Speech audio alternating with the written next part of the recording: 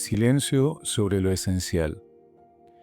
Jan Gitton ha publicado un pequeño libro cuyo título es el de este artículo, y en el que sostiene que en este mundo nuestro se habla de todo menos de lo esencial. Nos inundan los noticieros, las voces de la gente, los anuncios que tiran de nuestros ojos desde las paredes de las calles, pero nadie habla de lo verdaderamente importante, de aquellas cosas que cree, de las que en realidad alimentan y sostienen su alma. Se habla, por ejemplo, muy poco de Dios. Hasta los mismos creyentes parecen experimentar una especie de pudor y discuten sobre los obispos o el modo de celebrar la liturgia, pero rarísima vez hablan de Dios o de la oración. Se piensa que esas cosas son demasiado íntimas, se encierran en el interior del alma y jamás se habla de ellas. Pero esto ocurre en todos los campos. ¿Quién ha oído a un marido hablar de lo que quiere a su mujer o de lo que estaría dispuesto a hacer por sus hijos? Tienen que ocurrir grandes tragedias para que estos temas suban a la boca, y lo mismo ocurre con los jóvenes, que nunca cuentan qué es lo que verdaderamente sostiene su vida, cuáles son sus ilusiones o ideales. Se habla de la última película que se ha visto, pero no de lo que ilumina nuestra existencia. Menos se habla aún de temas como la muerte, el sentido profundo del dolor. Los mismos cristianos, incluso los predicadores en los púlpitos, no hablan ya casi nunca del juicio final, y a algunos hasta les cuesta confesar que creen en la vida eterna. Ha surgido una especie de respeto humano, de pudor, una idea de que se es más caritativo no tocando ciertos temas, de que en bien de la paz y del respeto de las opiniones de los demás, es mejor que no afloren cuestiones en las que podríamos no estar de acuerdo.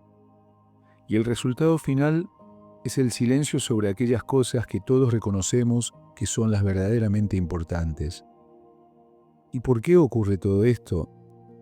Gitton opina que la causa está en el peso de ese monstruo anónimo que se llama la opinión, monstruo más insoportable que el miedo a un Nerón o a un Hitler. Cuando el adversario se resumía en un solo personaje, visible, grotesco o feroz, era posible desafiarlo. Pero ya no tenemos que luchar contra un tirano, sino contra una multitud confusa, cuya arma disuasiva no es un suplicio, sino el silencio.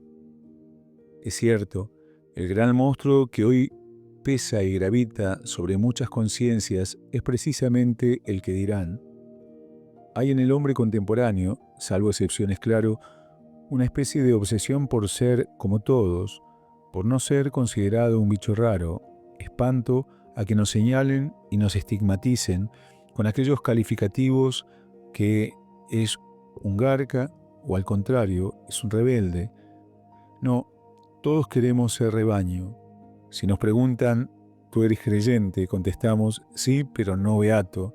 Es decir, lo afirmamos, pero señalando enseguida la rebaja. No nos vayan a considerar demasiado creyentes. Y lo mismo ocurre a la inversa.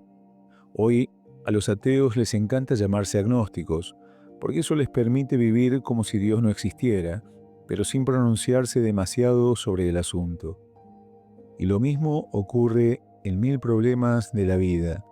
Creemos en el amor, pero no demasiado, y en el trabajo, pero no mucho, y en la política, pero poco. Y entonces se procura hablar de todo sin hablar de nada. Como decía aquella niña que tras escuchar muchas conversaciones de adultos comentaba, se pasan el día hablando, pero no dicen nada. Y el gran problema es que todas aquellas cosas que no se conviven, no se comparten, se van muriendo y desapareciendo también en el interior de las personas. Y primero se frivolizan las conversaciones, luego se vulgariza el mundo y finalmente se queda vacía el alma y el corazón. Es asombrosa esa gran cobardía ante el que dirán. Recuerdo aquel personaje de una novela de Stendhal, de quien el novelista decía que no era valiente más que en la guerra. ¿Quién no ha conocido personas que en las guerras o en circunstancias terribles no han tenido miedo a las balas o a la muerte, y que en cambio vacilan ante el temor de que los demás reciban con una sonrisa sus opiniones. Y sin embargo parece que ha llegado la hora de perder esos miedos, de hablar con descaro de lo que uno cree, de lo que ama, de lo que sostiene nuestras almas. Y habrá que empezar a hacerlo pronto, antes de que se nos deseque el corazón.